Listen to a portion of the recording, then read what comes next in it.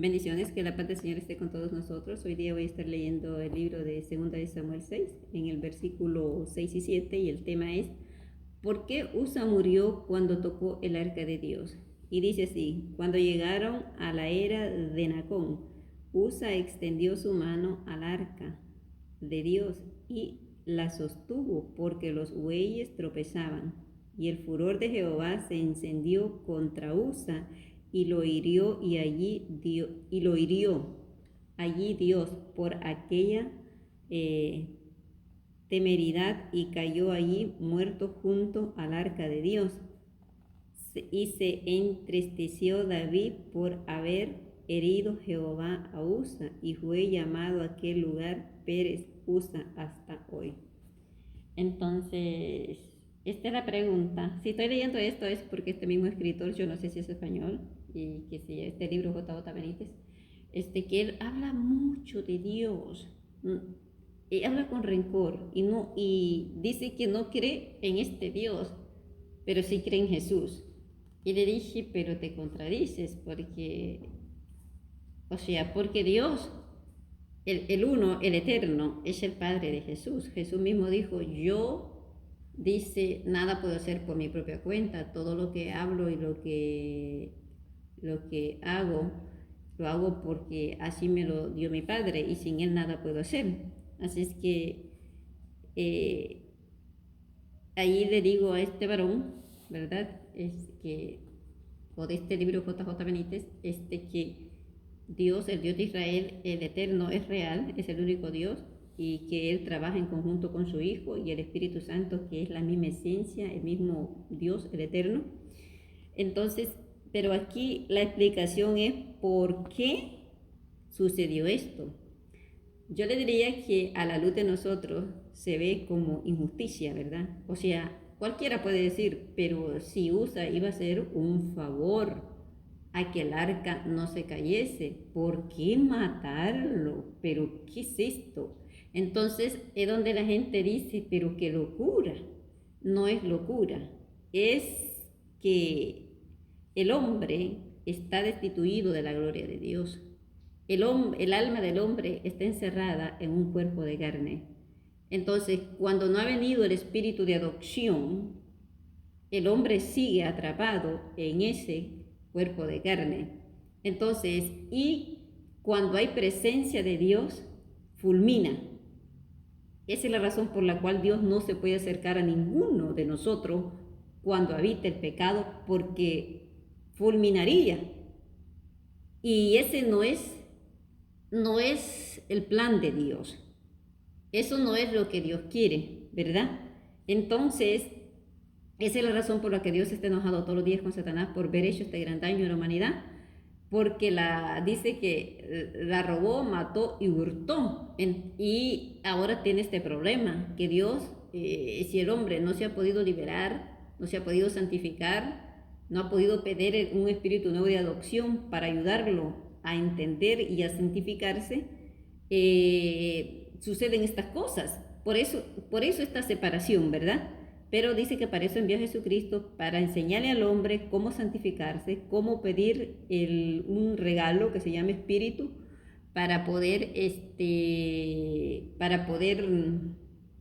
¿cómo se llama esto? Para poder liberar el alma. Entonces, para traer la salvación. Usted mira a cualquier persona, pero usted no sabe lo que hay dentro de su corazón. Usted lo puede ver bien vestido, físicamente, uno lo conoce. Yo no puedo opinar de un personaje, ¿verdad? Sin verlo visto, ¿verdad? Pero si él tocó el arca, era porque ahí había pecado en ese varón. Yo le puedo dar una situación. Mire, yo le puedo dar el ejemplo de Ananías y Zafira. Ananías y Zafira vendieron una propiedad, y en aquel tiempo las leyes era que si usted vendía una propiedad tenía que ir a dar un porcentaje, ¿verdad? De acuerdo a lo que usted había vendido la propiedad. Pero Ananías le dijo a su mujer que iba a decir que la vendió en menos dinero, y que cuando le preguntaran, ella dijera que en esa cantidad lo habían vendido. A lo que El hombre se fue, llega, ¿verdad? Donde los sacerdotes, y cuando está llegando allí, él mintió, dijo, ¿en cuánto la vendiste? En tanto, pero en realidad él había vendido en más. Entonces, pero como ahí moraba la presencia de Dios, el Espíritu de Dios, y ahí le dijo, por cuanto mentiste al Espíritu, ahora vas a caer aquí fulminado. ¿Por qué? Porque había pecado en el hombre, en Ananías. Y a las horas que la mujer ve que Ananías no llega, se viene al templo porque ya sabía que por ahí andaba, y de nuevo te entra ella y le dicen, y ella entra y le preguntaron en cuánto vendió la propiedad, y ella contestó el acuerdo que había quedado con su esposo Ananías. Entonces lo mismo le dice, por cuanto conveniste con tu esposo, ¿verdad? No han venido de enterrarlo cuando ella pues igual cayó a los pies del sacerdote, murió ahí. ¿Por qué? Porque igual había pecado en estas dos personas. Cualquiera pudo haber dicho eran buenas personas, no le hacían mal a nadie, ok, pudo haber ser cierto, pero ¿había pecado en ellos? Sí, había mentira. Entonces, pero ¿puede ser esto tan estricto? Es que como se estaba confrontando con la misma presencia de Dios, ahí es la explicación por la cual no se puede acercar Dios a nosotros por esta situación que el hombre posee en la carne, el pecado. Y entonces la presencia de Dios fulmina todo pecado. Entonces vemos ahí dos ejemplos por la cual suceden estos sucesos y el hombre natural, carnal, no puede entender esto. Y yo pues comprendo hasta cierto punto, porque digo, sí, esto no, pues sí, si usted lo ve así, dice, pero ¿qué es esto? O sea, aparte de que venía a darte y eso le dio la gana darte y lo matas.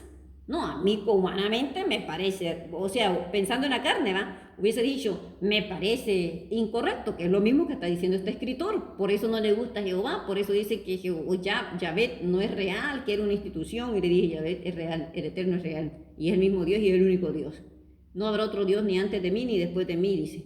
Entonces, y esta es la situación. La explicación es que cuando hay pecado y hay presencia de Dios, fulmina al ser humano. Por eso hay una separación entre el hombre y Dios. Y solo a través de Cristo, por eso es ahí donde entra, solo a través de Cristo tenemos el camino. Porque Él vino, nos enseñó una constitución, nos enseñó un legado, una palabra, y luego vino la promesa del Espíritu Santo, que es el que nos está ayudando ahorita a limpiarnos, a purificarnos, a adaptar ese espíritu para poder liberar el alma y podernos acercar. Y dice Dios, y me tomaré a mí mismo e iré y los traeré donde yo estoy, pero a través del Espíritu. Entonces el Espíritu no lo fulmina, el Espíritu entra, habita, le enseña, lo restaura, lo purifica. Y cuando ya le toca salir de este cuerpo de carne, el Espíritu toma el alma y es llevado a donde esté el Eterno y es tomado con un cuerpo glorificado. Y esa es la aplicación de estos eventos. No es que Dios sea genocida, el genocida fue Satanás.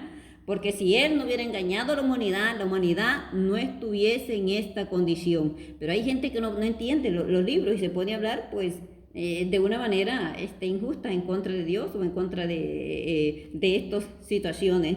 Pero todo tiene una explicación. Que el Señor le bendiga, Dios le ama, Dios es real y el que quiere venir es bienvenido. Dios lo único que tiene que hacer es creer en Dios y tratar de decirle, Señor, manda tu espíritu. Yo adopto el espíritu nuevo para yo poder entender esta palabra, para yo poder entender los propósitos, para yo poder salvar mi alma. Entonces es lo único que tienen que clamar ustedes en oración. Señor, mándame la promesa de tu espíritu para no pecar, para poder entender quién eres.